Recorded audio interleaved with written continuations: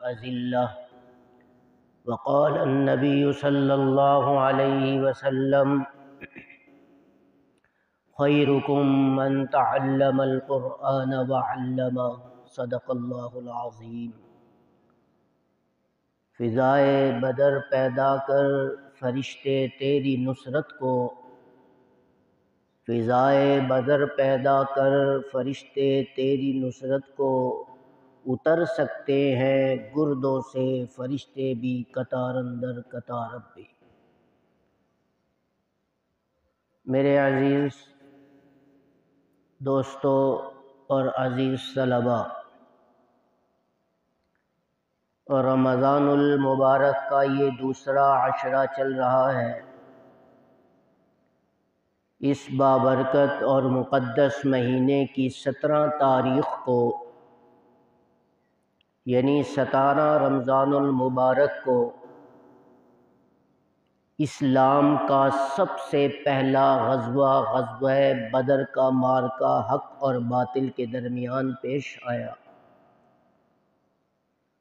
اسی طرح رمضان المبارک کی 17 تاریخ کو ام المومنین حضرت عائشہ صدیقہ رضی اللہ تعالی عنہا کی وفات ہوئی. اس کے بعد جناب رسول اللہ صلی اللہ علیہ وآلہ وسلم کی صاحبزادی حضرت رقیہ رضی اللہ تعالی عنہا کا انتقال بھی رمضان المبارک کی 17 تاریخ کو ہوا. میں ان تینوں عنوانات پر آپ کے سامنے اپنی معروضات کو پیش کروں گا تاکہ مجھے بھی اور آپ کو اس بات کا علم ہو جائے کہ اس مقدس اور بابرکت مہینے کے اندر کون کون سے واقعات رونما ہوئے اور امت تک یہ اسلام کیسے پہنچا. میرے عزیز طلبہ، اسلام کا سب سے پہلا غزوہ بدر واقع ہوا. اس غزوہ کے اسباب کیا تھے؟ یہ غزوہ بدر کا واقعہ کیوں پیش آیا؟ اس سے پہلے میں یہ بات سمجھا دوں کہ غزوہ کہتے کسے ہیں. غزوہ اس جنگ کو کہتے ہیں کہ جس میں جناب نبی کریم صلی اللہ علیہ وآلہ وسلم اور آپ صلی اللہ علیہ وسلم کے صحابہ اس جنگ میں شریک ہوئے ہوں. اس کے بعد دوسرا درجہ ہے سرایا کا، یہ جمع ہے سریتن کی. سریہ اس جنگ کو کہتے ہیں کہ جس میں جناب رسول اللہ صلی اللہ علیہ وسلم تو شریک نہ ہوئے ہوں بلکہ آپ کے صحابہ شریک ہوئے ہوں. غزوات یہ جناب رسول اللہ صلی اللہ علیہ وسلم کی زندگی کے اندر 10 سال کے مختصر عرصے میں 28 غزوات ہوئے، اور اسی 10 سال کے عرصہ میں 72، بعض فرماتے ہیں کہ 82 سرایا واقع ہوئے. بدر کا واقعہ کیوں پیش آیا؟ رمضان المبارک کے 17 تاریخ کی مناسبت سے میں آپ کو یہ بات سمجھانا چاہتا ہوں کہ ابو سفیان ایک مرتبہ اپنے قافلے سے گزر رہا تھا. جناب رسول اللہ صلی اللہ علیہ وسلم نے اپنے صحابہ کرام رضوان اللہ تعالی علیہم اجمعین کی جماعت کو جمع کیا اور ان سے ارشاد فرمایا کہ ہم یہ قافلہ لوٹ لیں گے اور ان کو قید کر لیں گے، ان کے مال غنیمت کو ہم حاصل کر لیں گے اور آپس میں تقسیم کر لیں گے. چنانچہ اسلام کا یہ لشکر 313 صحابہ کرام سمیت جناب رسول اللہ صلی اللہ علیہ وسلم کی قیادت میں ابو سفیان کے قافلے کو اور اس کے مال غنیمت کو لینے کے لیے جب روانہ ہوا، ادھر ابو جہل کو یہ خبر کسی نے بتا دی کہ اسلامی لشکر 313 افراد پر مشتمل یہ آپ کے لشکر کو اور آپ کے مال غنیمت کو لوٹنے کے لیے آ رہا ہے۔ تو ابو جہل نے ابو سفیان کو جب بتایا اور ابو جہل کو پتہ چلا، یہ بھی ادھر سے اپنا لشکر لے کر جناب رسول اللہ صلی اللہ علیہ وسلم اور آپ کے صحابہ سے لڑنے کے لیے میدان میں آنے لگا۔ ادھر سے یہ قافلہ، ادھر سے یہ اسلام کا لشکر۔ ادھر سے اللہ نے جبرائیل امین کو نازل کیا، میرے پیغمبر کو بتلا دیا کہ محبوب جبرائیل نے آپ کو ساری باتیں بتلانی ہیں، سن لو۔ جبرائیل نے فرمایا کہ اے میرے پیغمبر، آپ کے سامنے دو باتیں ہیں، یا تو دشمن کا مقابلہ کریں گے آپ تو آپ اور آپ کے صحابہ ہو سکتا ہے کہ شہید ہو جائیں، دوسری بات یہ ہے کہ اللہ آپ کو غلبہ عطا فرمائیں گے، دولت آپ کے ہاتھ میں آئے گی، لیکن شہادت جیسی عظیم نعمت نہیں ملے گی۔ دولت آپ کو مل جائے گی، دنیا کی فراوانی آپ کو مل جائے گی، لیکن جنت کی نعمتوں سے آپ محروم ہو جائیں گے۔ اب آپ نے فیصلہ کرنا ہے کہ آپ نے دولت کو حاصل کرنا ہے یا شہادت کو حاصل کرنا ہے۔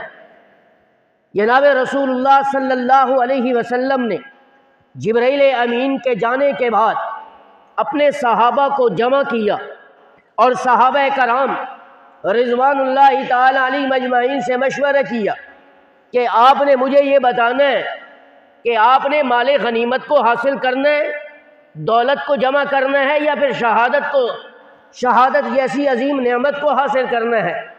سب سے پہلے ابو بکر صدیق رضی اللہ تعالی عنہ کھڑے ہوئے، فرمایا لبیک وسعدیک یا رسول اللہ، ہم آپ کی عزت و عظمت اور دیانت و شرافت، صداقت و عبادت اور لیاقت و طہارت پہ سب کچھ قربان کرنے کے لیے تیار۔ آپ سے سب نے فرمایا ابو بکر اجلس، بیٹھ جاؤ۔ پھر فاروق اعظم کھڑے ہوئے، فرمایا یا رسول اللہ، ہم آپ کے آگے بھی لڑیں گے، ہم آپ کے پیچھے بھی لڑیں گے، ہم آپ کے دائیں بھی لڑیں گے، ہم آپ کے بائیں بھی لڑیں گے۔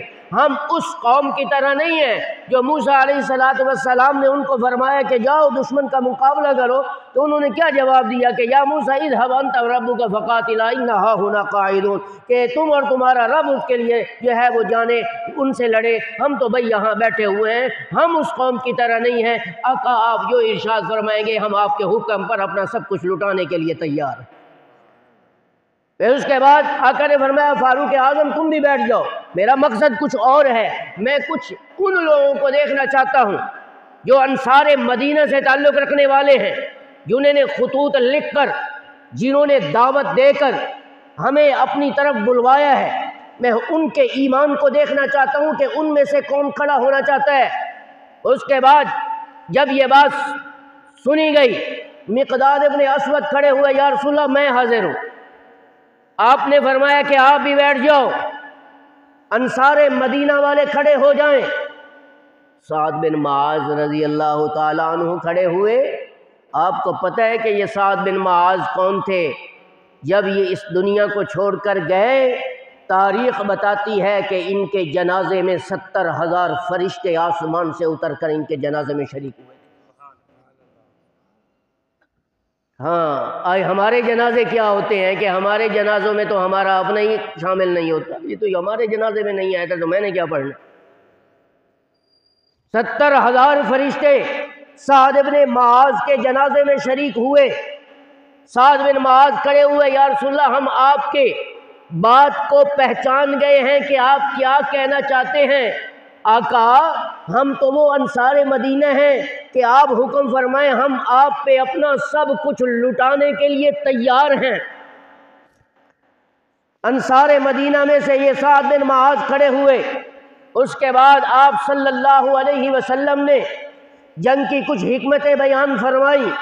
بیان کرنے کے بعد جب صحابہ کرام میں جوش اور جذبہ پیدا ہوا تو دو بھائی، ان میں سے ایک 15 سال کی عمر کا لڑکا ہے اور ایک اس سے چھوٹا ہے، وہ کھڑا ہو رہا ہے۔ 15 سال کی عمر میں آپ کو بتا دوں کہ 15 سال کی عمر والا میرے نبی کی شریعت میں بالغ ہوا کرتا ہے، یہ یاد رکھنا، آپ صلی اللہ علیہ وسلم نے ان کو تو جنگ کی اجازت دے دی کہ آپ دشمن کا مقابلہ کر سکتے ہیں۔ جب چھوٹے بھائی نے دیکھا کہ میرا بھائی تو مجھ سے بھی زیادہ آگے نکل گیا ہے، یہ تو شہید ہو جائے گا، یہ جنت کی اعلیٰ نعمتیں حاصل کرے گا، تو میں دنیا میں کیسے اکیلے رہوں گا؟ یا رسول اللہ مجھے تو اجازت دے دے۔ بلند آواز سے سبحان اللہ تو کہہ دیا۔ کہاں بیٹھے ہیں آپ؟ یا رسول اللہ مجھے اجازت، چھوٹا ہے۔ آقا نے فرمایا آپ چھوٹے بچے ہیں، آپ کیسی جنگ لڑیں گے؟ فرمایا یا رسول اللہ نہیں، میں اس سے زیادہ طاقتور ہوں، کشتی کروا دے، کشتی کروا دے، میں اس سے زیادہ طاقتور ہوں۔ رسول اللہ صلی اللہ علیہ وسلم نے فرمایا اچھا۔ تو جب دونوں بھائیوں کی کشتی ہو رہی تھی تو چھوٹے بھائی نے اپنے بڑے بھائی کے کان میں کہا کہ بھائی دیکھ لے، اللہ کے رسول نے تمہیں تو اجازت دے دی ہے نا، تو بخشا بخشا ہے، میں رہ جاؤں گا، میں آپ سے لڑوں گا، تو جان بوجھ کر تو نیچے آ جانا، میں اوپر بیٹھ جاؤں گا تاکہ میرا نام بھی جنت کے اعلیٰ نعمتوں میں حاصل ہو۔ کیا عظمت تھی ان کی۔ کشتی ہوئی، آپ صلی اللہ علیہ وسلم نے جب یہ منظر دیکھا کہ چھوٹے بھائی کو اتنی جلدی ہے کہ یہ جنت کی اعلیٰ نعمتیں حاصل کرنے کے لیے، یہ بھی دشمن کا مقابلہ کرنے کے لیے اور جناب جنت لینے کے لیے بڑا تیار ہے، تو رسول اللہ صلی اللہ علیہ وسلم کو تو پتہ چل گیا کہ اس نے یہ بات کہی ہے، تو آپ سے سب مسکرا گئے۔ حضرت مولانا عطا اللہ شاہ بخاری رحمۃ اللہ علیہ نے یہاں ایک جملہ لکھا ہے، فرمایا کہ جب میرا نبی مسکراتا ہے تو جنت کے 8 دروازے کھل جایا کرتے ہیں، اور میرے نبی غصے میں آئے تو جہنم کے دروازے کھل جاتے ہیں۔ فرمایا کہ آقا مسکرائے، فرمایا جاؤ تم دونوں بھائیوں کو اجازت ہے، جناب غزوہ بدر کا موقع ہے۔ ابو جہل تو پہلے چٹیل میدان میں پہنچ چکا تھا، 1000 سے زائد لشکر، اور اس کے مقابلے میں کتنے صحابہ کرام کی تعداد 313، یعنی 312 صحابہ تھے اور 313ویں نمبر پہ رسول اللہ صلی اللہ علیہ وسلم تھے۔ 313 چٹیل میدان، رسول اللہ صلی اللہ علیہ وسلم کے حصے میں جو زمین آئی یہ ریتلی تھی۔ اب آپ کو پتہ ہے ریتلی ٹیلے میں گھوڑے کہاں چلتے ہیں، وہ تو زمین میں دھنس جاتے ہیں، انسان چل نہیں سکتا۔ آپ صلی اللہ علیہ وسلم اونچی پہاڑی کے ٹیلے پہ، میں نے تو اپنی نگاہوں سے وہ دیکھا ہے بدر کا مقام، اب تو چٹیل میدان ہو گیا، اس وقت پہاڑی تھی، تو اس سرخ ٹیلے پر آپ سے سب نے خیمہ لگایا، وہاں آپ سے سب نے پوری رات عبادت کی، اللہ کو منایا، اتنا روئے ابو بکر صدیق رضی اللہ تعالیٰ عنہ خیمے سے باہر بیٹھے تھے، جب یہ منظر دیکھا اور اس پورے ریتلے علاقے کو جب دیکھا تو میرے نبی کے آنکھوں سے آنسو نکلنے والے آنسو سے وہ پوری ریت تر ہو چکی تھی۔ ہمیں تو رونا ہی نہیں آتا، دنیا کی محبت میں لگے ہوئے ہیں نا، دل میں زنگال ہے گناہوں کا، رونا نہیں آتا۔ میرا نبی نے اپنی امت کے لیے اتنا روئے، دشمن کو شکست دینے کے لیے آقا رو رہے ہیں۔ اللہ نے ایسا میرے نبی کی دعا کو قبول کیا کہ آسمان سے اتنی موسلادھار بارش برسا دی کہ جو ریتلا حصہ میرے نبی کے قسمت میں آیا تھا وہ سارا چٹیل میدان بن گیا اور سارا پانی دشمن کے پاس چلا گیا اور وہ اسی پانی میں ڈوب گئے۔ اللہ نے فرمایا کہ محبوب تیرا کام دشمن کے سامنے مقابلہ کرنا ہے، فتح دینا، اور محمد کے رب کا کام ہے تمہیں عزت دینا، بھی محمد کے رب کا کام۔ پھر تاریخ نے یہ منظر دیکھا، دشمنوں نے تو اپنی آنکھوں سے دیکھا ہے، صحابہ کرام میں سے کچھ صحابہ کرام تھے، لیکن دشمن جو تھے انہوں نے تو خود اپنی آنکھوں سے دیکھا ہے کہ آسمان سے فرشتے اتر رہے تھے، کچھ انسانی شکل میں آئے اور پیلے رنگ کی پگڑیاں ہیں، ہاتھوں میں تلواریں ہیں، وَيَقُودُهُمْ فارس، ان کے آگے ایک گھوڑ سوار، وہ یوں تیزی کے ساتھ اتر رہا ہے، اور جناب عبداللہ ابن عمر صحابیاں وہ فرماتے ہیں میں نے دیکھا جناب ایک شخص بھاگا ہوا زمین کی طرف اتر رہا ہے اور اعلان کرتا ہوا آ رہا ہے یا امتی محمد ابشروا فقد اتاکم اللہ بالنصر، اے امت محمدیہ خوش ہو جاؤ، بدر کے میدان میں اللہ اور اس کے رسول کے فرشتے تمہاری مدد کے لیے آ چکے ہیں۔